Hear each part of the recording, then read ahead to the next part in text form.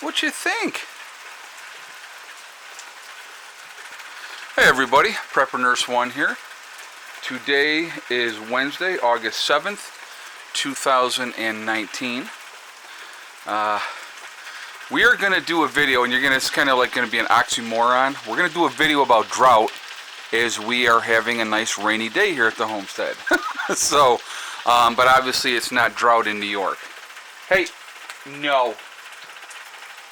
Sorry. Caesar. What'd I say? Good boy. Okay, so we're going to talk about drought. Now, I want you guys to put this into perspective for a minute, okay? We have about 330 million people in the United States, okay? So I want you to remember that figure, and we're going to readdress that in a little while. But we're going to talk about the drought in India. Now, I've talked about the heat wave that had happened in India, that's been happening in India, the extreme temperatures and the lack of rain and all those type of things, okay? So we got to put into perspective that India has 1.3 billion people, okay? There's a lot of people in India. And so what they're having right now is they're experiencing severe water shortages, okay? One of 17 countries, India is one of 17 countries where water stress is extremely high. It means that the country is running out of ground and surface water, okay? So they're number 13 on the list. This is according to a think tank, guys, a US-based think tank, okay? And included on that list of 13 or 17 countries, you're talking about Saudi Arabia is one of those 17 countries. So, which has a huge desert area. So that, but India is a huge area, and like I said, they have a lot of people. So it says, let's see, 9 of Indian states and union territories has an extremely high water stress. Now I'm going to say this name, but I'm gonna spell it out because I'm probably going to say it wrong. Haryana. That's one of the states that has it's among the worst hit. Okay. Of the 9 states, they're scored on a scale between 4 and 5. All those areas are between a 4 and a 5, based on a scale of 0 to 5, with 5 being the worst. Okay. So in India, 80% of the available groundwater has been withdrawn. Okay, and so with almost 70% of it going towards agriculture. Now that makes sense because obviously when you have 1.3 billion people, you need to have a huge area for agriculture, so you're going to need to have a high water demand for that, okay? So it's like India is in the grip of an acute water scarcity by this measure as well. So of those 9 states, they're either at a 4 or a 5, with 5 being the worst on that scale of 0 to 5. Look at the dogs. They're like, "What's going on, Pandora? Are you getting wet? You don't care, do you?" No, you don't. They're too funny. Okay, so large parts of the country are facing crippling drought this year. With more, now this is where we're going to go back to, the entire people in the United States is 330 million people. With more than 500 million people living in at least 10 states reportedly affected. So think about that, guys. When you're talking about the entire United States is 330 million people, and you're talking about 500 million people being affected by drought in India alone, okay? India's 6th largest city, and again, I'm going to spell this out because I would probably say it wrong, Chennnai, it's in the south, ran out of water a month ago. Now, think about that. Your 6th largest city in the country ran out of water, and that's over a month ago, okay? A lot of the parts of the different parts of the country, they're having to bring water in at least twice a week is what they're doing, and people are obviously having to pay for water. Okay, so there's 20 million boreholes pumping water out of the ground. So all throughout the entire country, there's 20 million people that have wells dug that they're pulling water out of the ground. Now, Indian officials say, now you're going to love this, guys, okay?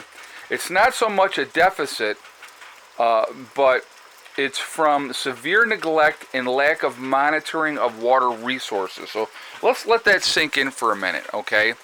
The fact that they have this severe drought over a great portion of India, super high temperatures, and this causing the drought, and they're not getting their rain. Their monsoons didn't come like they had hoped that they would, or it wasn't as effective as they normally are.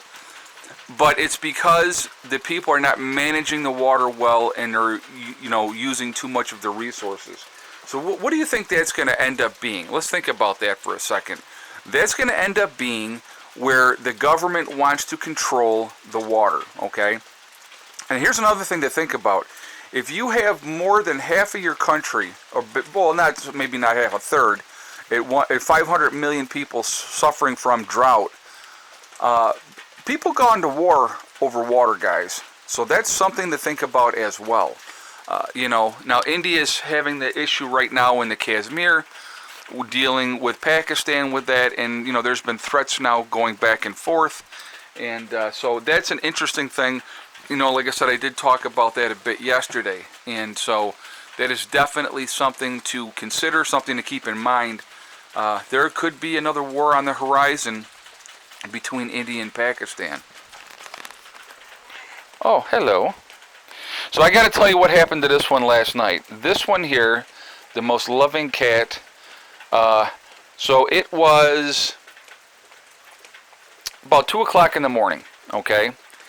And so she was scratching on the back door to come in. So I got up, or actually probably about 1:30. So I got up, I opened the door. She stood there, turned around and walked back off the steps. I'm like, okay. So she walks away. Go back, get back in bed, relaxing, trying to go to sleep. She starts scratching on the door again. So I let her scratch like literally for 5 minutes the second time. Got up out of bed the second time. She turned around and walked off those steps the second time. So now she's screwing with me. And I was not happy because I want to go to bed, okay? So what I did is I got a cup of water, and I probably had maybe that much water in the cup. And I waited. And guess what she did? She started scratching at that door a third time. So the third time, I opened that door, and she got a little splash of water in her face. Guess what? She did not scratch on the door the rest of the night. No, she did not.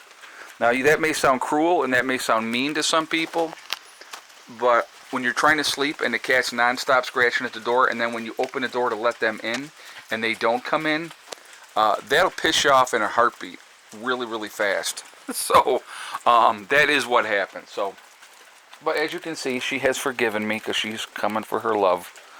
But yeah, I just was not going to, and I wasn't dealing with that. Especially, I'm like getting up and letting this stupid cat come in the house, and she won't come in, and then she's going to continue to scratch on the door. That was not going to happen. So anyway, I thought I would share that with you. It was interesting. So it's been raining pretty much all day here. It is a little after 1 in the afternoon right now, and I'll be putting this video up here shortly. Guys, definitely please join me tonight.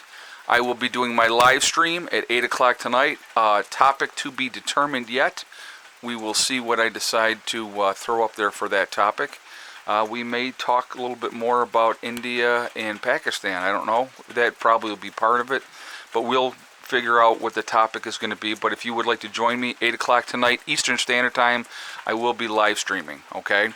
The other thing that I wanted to mention with you guys is August 17th, fastly approaching. We are 10 days away now from the Prepper get-together. It's going to be at Letchworth State Park. You guys will probably be happy once we have it, so then I'll stop talking about it. But it's August 17th. It's at Letchworth State Park. We have the pavilion. It's Eddie's Pavilion, so that's EDDYS Pavilion. And that is, we have the pavilion from 9 o'clock in the morning to 10 o'clock at night, okay? So everybody is more than welcome to come. And look at the pups. Like I said, they don't care if it's raining or not. Those dogs, could care less if it's raining. But So anyway, but we have the pavilion from 9 in the morning till 10 o'clock at night. Everybody's welcome to come. I would just ask if you let me know that you plan on coming, and if you do that, that's fine. I only would ask that if you do come to please bring a dish to pass. That's, and then make sure that you bring your swimsuit, because they do have a swimming pool at the park, and definitely plan on going around the park and checking it all out. It's going to be, it's probably going to, it's a beautiful, beautiful park. They call it the Grand Canyon of the North. So again, it's absolutely gorgeous. I've grown up around, this area my whole life. So as kids, we used to come up there to Letchworth every year, and we would camp out. We'd get a cabin. My grandparents would get a cabin, and we would stay up there for a week. And had some fun times up there as a teenager, especially as a teenager. So anyway, let's see, what else that I wanted to mention really quickly. I wanted to mention that we have the Prepper Nurse One community on my website at preppernurse1.com. And if you are looking to connect with like-minded people, that is a good place to do it. And so it's a really good place to, if you're looking to try to connect with people in your state or your country, or just looking to try to form a group or anything like that, it's a really good place to do it. The message boards on the website are always blowing up all the time, so that's a really good thing as well. So definitely check that out. Again, it's very private. You have to register to be able to see what's going on. You just can't come in and see what's happening. You have to be registered. But again, that is totally free. We set that up for you guys because a lot of people were asking, how do I connect with like-minded people? So we set up a forum that people are able to do that, okay? So just wanted to share that with you as well. So anyway, yes, Soxy, I see, look at her. She keeps nudging me, is what she keeps doing, because she wants her attention. So anyhow, guys, I definitely want to hear your feedback on this situation with India, with the severe drought, and how the government is, kind of hinting around like they need to control the water. That's kind of crazy. That's scary ramifications for that, in my opinion. Never leads to any good if you give total and complete control to something like water to the government. So again, these are, and of course where I am, we have plenty of water. We've probably had more rain this year. I think we're probably above where we need to be as far as our intake goes. But we've had had about 6 days of really, really nice weather. So having a day of rain is not a big deal. And it's okay. I mean, we needed the rain, so it's absolutely fine. And I don't ever complain. I like a nice rainy day sometimes. But so that's it, guys. We pulled out 6 eggs yesterday from the chickens. We had all 4 of the mature birds laid, and we had 2 of the juvenile eggs from the younger birds that are just starting to lay now. So far today, I have pulled out 3 eggs, and all mature eggs today. So that's what we got, and it's coming along. Birds are doing well. They're laying on a regular basis, which is great, and they'll keep continuing to do that. So they're, if you can see through here, way over there, they're out and about. So I had a smudge on the lens, so thank you for the people that pointed that out. I appreciate that. I got that taken care of so that you can see this better now. Solar wise today, so let's talk about that. Let's go in here real quick and I'll show you. Rainy, overcast day. We're not pulling in nearly the normal amount of power that we would be. On this side, we've only pulled in 0.3 kilowatt hours. On this side, we have pulled in 0.6, okay? So that's only 0.9 for the entire day, which is not great. Thank goodness we had reserve in the batteries. The batteries are at 99% right now, so they're doing fine. No issues with the batteries at all. And but you're going to have rainy days. That's going to happen. And so that's what we're getting today. So anyway, guys, remember, we are all in this together. That's important to remember. Also remember, hug and kiss the ones you love. Tell them every single day. Tomorrow is not guaranteed. We never know what's going to happen in life. So to tell the people that you care about every single day how you feel, that is so important. Also remember, guys, STD. It's one step at a time, one thing at a time and one day at a time. Whatever you're trying to do, whatever you're trying to accomplish, you can do it. The only one that's going to stop you from getting there is yourself. Nobody else can stop you. What? Look, I got to show you guys this. What? You want some love? Freaking cat is not. Watch what she does. Yes, I see you. So anyway, guys, on that note, I will talk to you all later. I hope you all have a great day. And I'll see you tonight in the live chat, okay? 8 o'clock tonight. Look for me. We'll figure out the topic, and we'll go from there. Prepper Nurse 1, out for now.